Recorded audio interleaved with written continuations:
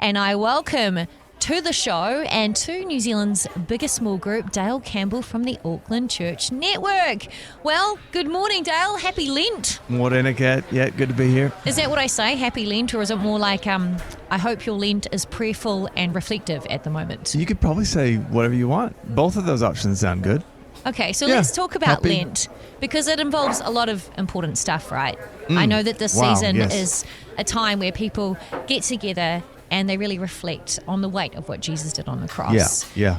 And part of that is sacrifice. Yes. And we know that God calls us to be sacrificial givers. So what do we do when perhaps we've been surrounded by the call to give, let's say at our church, and then maybe a guest speaker comes and we've got to sow into that offering, and perhaps we're already giving to a bunch of other different charitable institutions? What do we do when we feel like we're just a bit jaded by that? I always find it helpful to zoom out and get the big picture, and then zoom back in on the giving. Because I too, I've been going to church for a few decades now, and you do kind of have that response, like, oh, another opportunity to give. Is it all about money?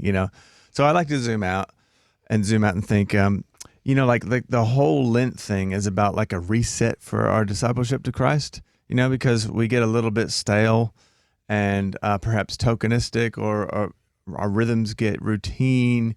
And our discipleship to Jesus kind of needs a revive. And that's what Lent is about. Once a year, we around the world, so many Christians just refocus their discipleship and try to awaken their love of Christ and his mission in the world.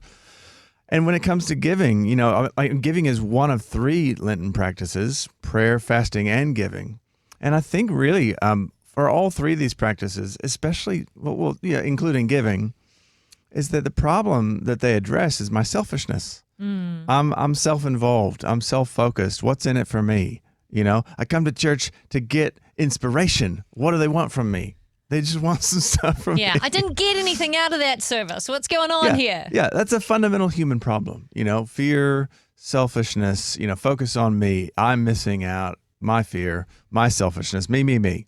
And so, fundamentally, Jesus is again getting us to take up our own cross and die to that selfishness. It doesn't. And the crazy thing is, I actually really get wonderful self-fulfillment and purpose and meaning and hope and dignity as I follow Christ. It's not like he wants to hurt us or make us suffer. Of course not.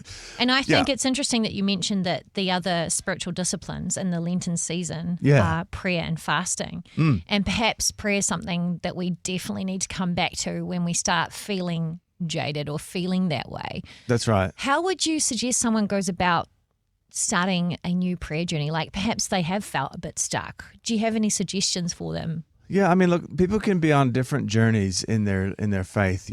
Some people have grown up in maybe a more formal church tradition where there's formal prayers, and they just kind of become like rote and meaningless, and they feel like they're just saying them. What do these even mean? And they might need to try some free prayer, or embrace some of the ways of praying that are a bit more heartfelt and passionate, and experience God's love. The opposite can happen for other people.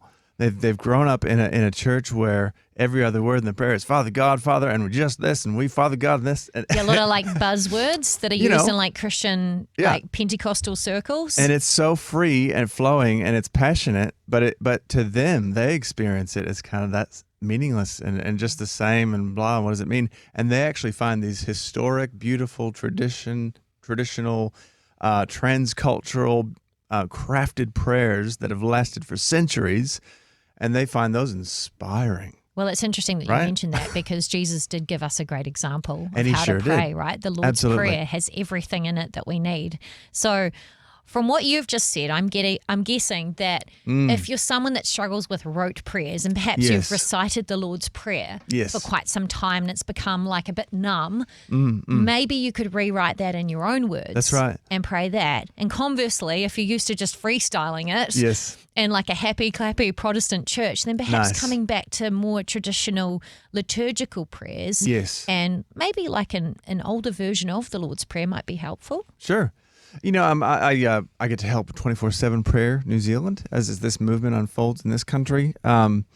And they have an app on the phone called Lectio 365, and they've just introduced this year a noontime prayer, which uses the Lord's Prayer.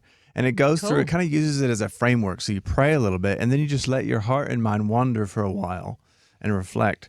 And you go on to the next phrase. So it starts with adoration, and you have thanksgiving and a little bit of confession in there. It's just a beautiful, it's the human prayer, actually. It's at the summit of the Sermon on the Mount, right there.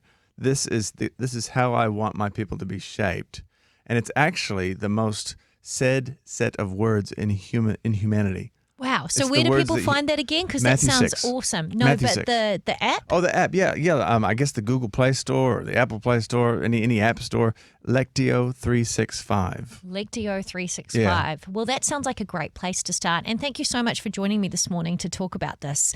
I think ultimately, right, when our hearts are feeling a bit weary and a bit jaded and perhaps a little bit selfish, we need to just ask God to actually change our hearts. And we know the prayer actually changes us. I need it.